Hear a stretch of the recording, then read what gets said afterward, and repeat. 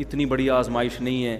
ان لوگوں کے لیے بڑی آزمائش ہے جو اس عذاب میں مبتلا نہیں ہوئے. ہم جب سندھ سے گزر رہے تھے نا, بہت قسم پرسی میں غریبوں کو دیکھا, تو ایک آدمی نے کہا یار ان کے تو بدعمالیاں بھی اتنی نہیں ہیں, عذاب ان پہ آتا ہے. اور کراچی اور لاہور کے اور اسلام آباد کے پوش علاقوں میں جا کے دیکھو جو نائٹ کلبوں میں عیاشیاں ہو رہی ہیں, ان کو کچھ بھی نہیں آ رہا, وہ ابھی بھی پراٹھے کھا رہے ہیں بیٹھ کے. ہوتا ہے نا, جب بھی سیلاب آتا ہے پستا کون ہے؟ سمندری طوفان آئے گا, ٹھٹھا بیچارہ اور وہ جو دادو, اس طرح کے علاقے جن کے پاس کھانے کو ویسے ہی روٹی نہیں ہے. تو جو ملحد لوگ ہیں وہ اعتراض کرتے ہیں کہ یہ اللہ کے ہاں انصاف بولو نہیں ہے. یعنی ان کو وہ کہتے ہیں کہ عذاب جب آئے نا تو سمندر کا پانی ٹھٹھا سے لیفٹ ٹرن مار کے ڈیفنس کی طرف پہلے رخ کرے وہ, اور وہ جائے اسلام آباد کے نا, زلزلہ جب آئے یا کوئی سیلاب آئے تو دریا سندھ کا دریا الٹا چلتے ہوئے وہ اسلام آباد کے وہ جو کیا ہے یار اسلام آباد میں بڑے بڑے جو ہوٹل ہیں نا وہاں تک پہنچے. تو بھائی دنیا کے اصول اللہ نے کچھ اور رکھے ہیں, آخرت کے اصول. ایک دفعہ بارشیں آئیں نا تو وہ کھارا در پورا ڈوب گیا. اچھا, ان دنوں میں ایک مولانا صاحب بیان کر رہے تھے کہ یہ بارشیں جو اتنی آتی ہیں ہمارے بدعمالیوں کا نتیجہ ہے, بہت سے لوگ یہ بار بار یہ بات دہراتے ہیں. یہ بات بھی ٹھیک ہے کہ ہماری بدعمالیوں کا نتیجہ ہے, اس میں دو رائے نہیں ہو سکتی, اس کا میں منکر نہیں ہوں.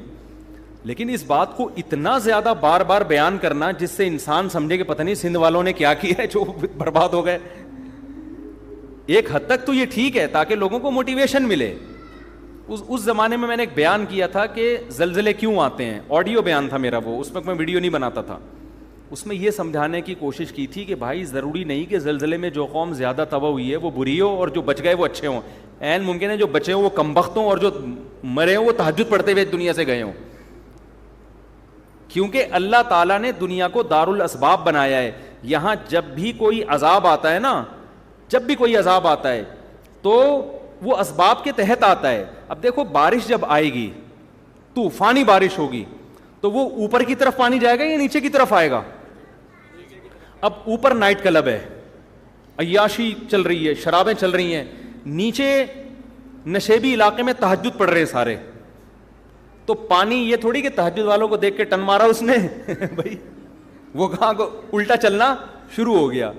اس لیے کہ تو فطرت کے قانون کے خلاف ہے نا, اللہ تعالیٰ فطرت کو چینج تھوڑی کرتے ہیں.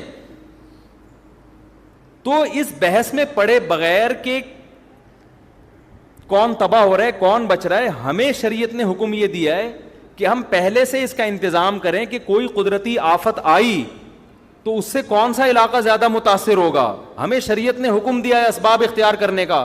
کھارادر والوں سے میں کہتا ہوں جب تمہیں پتا ہے کہ جب بھی کراچی میں بارش زیادہ آتی ہے کھارادر نیچے ہے تو ڈوبے گا نا وہ. تم چاہے تبلیغ میں چلے لگاؤ, تم 4 مہینے لگاؤ, پانی تمہارے یہاں ہی پہلے آئے گا. پانی کو اللہ نے یہ سمجھایا ہوا ہے کہ جہاں جگہ ملے نیچے کو کھسک جانا, یہ نہیں دیکھنا کہ وہ نماز پڑھ رہا ہے کہ گٹکا کھا رہا ہے بیٹھ کے. یہ تو ہمیشہ سے ہوتا آ رہا ہے. دیکھو عذابوں کی 2 قسمیں ہیں, خوب سمجھ لیں, یہ ٹاپک چل ہی پڑا ہے تو میں جلدی سے کمپلیٹ کر لوں. ایک عذاب وہ ہوتا ہے جس کے عذاب ہونے میں 2 رائے ہو نہیں سکتی ہیں, اس کو قدرتی آفت قرار دیا نہیں جا سکتا. وہ اللہ پراپر ارادہ کرتا ہے کہ میں اس قوم کو تباہ کرنا چاہتا ہوں اور اس کی کوئی سائنٹیفک لاجک نہ بھی ہو تو میں کیا کر دوں گا, اس کو تباہ کر دوں گا. جیسے قوم عاد پہ عذاب آیا, قوم لوط پہ عذاب آیا, قوم سمود پہ عذاب آیا. وہ جو عذاب آیا نا قوم لوط قوم سمود پر, پیغمبر بتاتے, نوح علیہ السلام کی قوم پہ عذاب آیا, اس وقت بارش کا ان کی محکمہ موسمیات والوں کے ہاں دور دور تک کوئی بھی انتظام, کوئی بھی امکان نہیں تھا. یہی وجہ ہے کہ قرآن کہتا ہے نوح علیہ السلام جب کشتی تیار کر رہے تھے تو قوم مذاق اڑاتی تھی کہ نہ کوئی قریب میں دریا ہے نہ سمندر ہے, اور اس موسم میں ویسے بھی بارش نہیں ہوتی, کبھی بھی بارش نہیں ہوئی ہے, دور دور تک بادل کا کوئی ٹکڑا نظر نہیں آ رہا, اور یہ ایسے ڈرے بیٹھے اتنی بڑی کشتی بنا رہے ہیں جیسے پتہ نہیں کیا ہونے والا ہے. تو نوح علیہ السلام نے کیا کہا, ان تسخروا منا فإنا نسخر منکم, تم مذاق اڑاؤ ان قریب ہم تمہارا مذاق اڑائیں گے. کیا نوح علیہ السلام کا سائنسدانوں سے رابطہ تھا, محکمہ موسمیات والوں سے؟ وحی کے ذریعے اللہ بتا رہا تھا کہ ان کی باتوں میں نہ آئے, میں اپنی قدرت سے بغیر کسی سبب کے ایسی بارش برساؤں گا کہ اس میں ہلاک کروں گا, اور صرف نافرمان ہلاک ہوں گے, ایک نافرمان بھی نہیں بچے گا, سارے نیک لوگوں کو بچا لوں گا میں. یہ ایسا عذاب ہے جس کی کوئی سائنٹیفک لاجک بولو نہیں ہے. یہ قرآن سے ثابت ہے کہ اس طرح بھی ہوتا ہے. قوم عاد پہ جو عذاب آیا, فلما رأوه عارضا مستقبلا فلما رأوه عارضا کیا ہے وہ آیت بھائی, فلما رأوه عارضا مستقبل اودیتهم قالوا هذا عارض ممطرنا. جب انہوں نے بادل کا ٹکڑا, وہ حضرت ہود علیہ السلام بار بار قوم سے کہہ رہے تھے کہ اب عذاب آ رہا ہے, اب میں جا رہا ہوں بستی چھوڑ کر, اب کیا آ رہا ہے, اللہ کا عذاب. تو یہ وحی کے ذریعے بتایا نا, محکمہ موسمیات والوں کے ذریعے نہیں بتایا. تو وہ قوم ہنسنے لگی, پھر دیکھا واقعی کالے بادل آ رہے ہیں. تو اس قوم نے کہا یہ تو بادل ہیں جو نارمل بادل ہوتے ہیں, پانی برسے گا, یہ عذاب کہاں ہے؟ تو انہوں نے کیا, بل ہوا, وہ کیا ہے, ھذا عارض قال بل ہوا مستعجلتم بہ ریح فیہا عذاب علیم. بارش نہیں ہے, یہ وہ عذاب ہے جس کی تم جلدی مچا رہے تھے, اور اس سے پانی کے بجائے پتھر برسیں گے آسمان سے. تو یہ وہ تھا کہ اس وقت جاپان کے سائنسدان بھی بیٹھے ہوئے ہوتے ہیں نا, محکمہ موسمیات والے, وہ بھی یہ کہتے ہیں یار اس کی کوئی سائنٹیفک لاجک نہیں ہے. بالکل ایسا ہی ہے جیسے عیسیٰ علیہ السلام بغیر باپ کے پیدا ہو گئے, کوئی لاجک ہے اس کی سائنٹیفک؟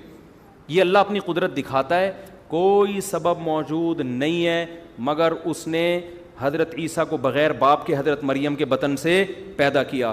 پھر ان کی پاک دامنی کا اعلان بھی کروا دیا. لوگ نے انگلیاں اٹھانا شروع کر دیں, بچہ ماں کی گود میں کبھی بھی نہیں بول سکتا, لیکن عیسیٰ ابن مریم ماں کی گود میں بولنے لگے, انی عبد اللہ, میں ولد الزنا نہیں ہوں, اللہ کا بندہ ہوں, اور عام انسان بھی نہیں, اللہ کا پیغمبر ہوں. آتانی الکتاب, اور عام پیغمبر بھی نہیں, مجھے انجیل ملے گی, باقاعدہ پیغمبر یعنی صاحب کتاب پیغمبر ہوں, اور مجھے توحید کا حکم دیا گیا. تبھی بہت سارے جو اس وقت یہودی تھے وہ آپ پر ایمان لے آئے, اور پھر وہ جانتے تھے کہ مریم پاک دامن, یہ خاندان کتنا پاک دامن. تو اللہ پھر نا وہ ساری باتیں illogical ہو رہی ہوتی ہیں, وہ ساری باتیں.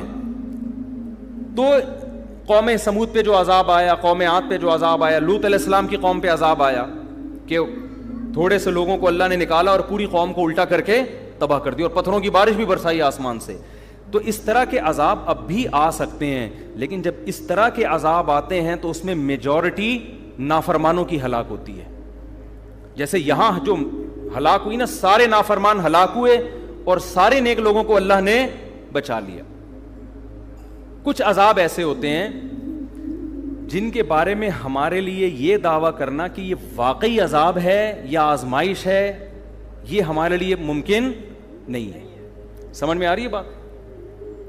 یہ وہ عذاب ہیں جن کی کوئی نہ کوئی لاجک ہوتی ہے, جو دنیا میں ہمیشہ سے آ رہے ہیں. حضرت عمر رضی اللہ تعالیٰ عنہ کے دور میں قحط پڑا ہے, شدید ترین قحط پڑ گیا.